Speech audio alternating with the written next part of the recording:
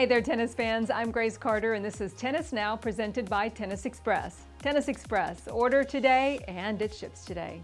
As the tennis lockdown continues with no end in sight, we're feeling a little nostalgic today, thinking back to the start of this new year and all the excitement as the players headed over to Australia. And after the Aussie Open, things were really heating up on the clay in South America and on the indoor courts across Europe and the U.S. Feels like ages ago, doesn't it? Well, we are missing tennis, so we thought we'd look back at the best matches of 2020 from each tour. We hope there are more memories to come, but for now we're going to enjoy some of those matches, starting over on the men's side, counting down from 10.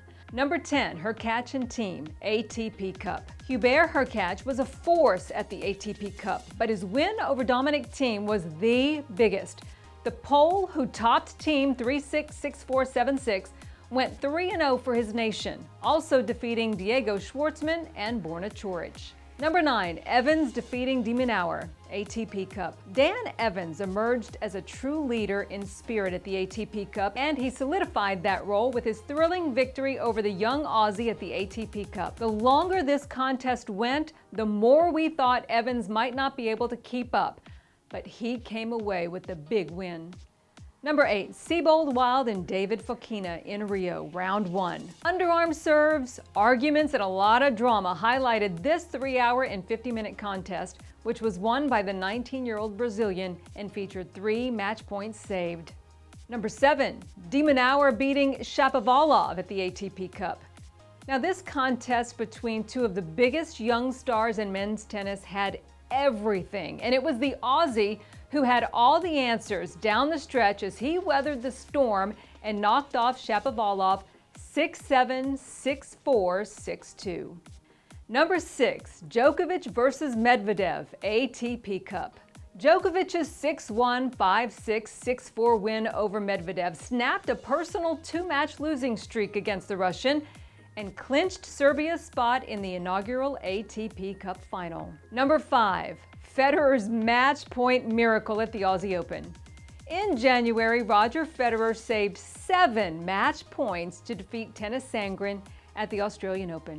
The victory marked the 22nd time Federer saved match points to win a match and the 4th at a slam. 7 match points. It's the most Federer has ever saved en route to a victory in an ATP match, and this upped his record at the Aussie Open quarterfinals to 15-0. Number 4, Nadal versus Kurios, Australian Open round of 16.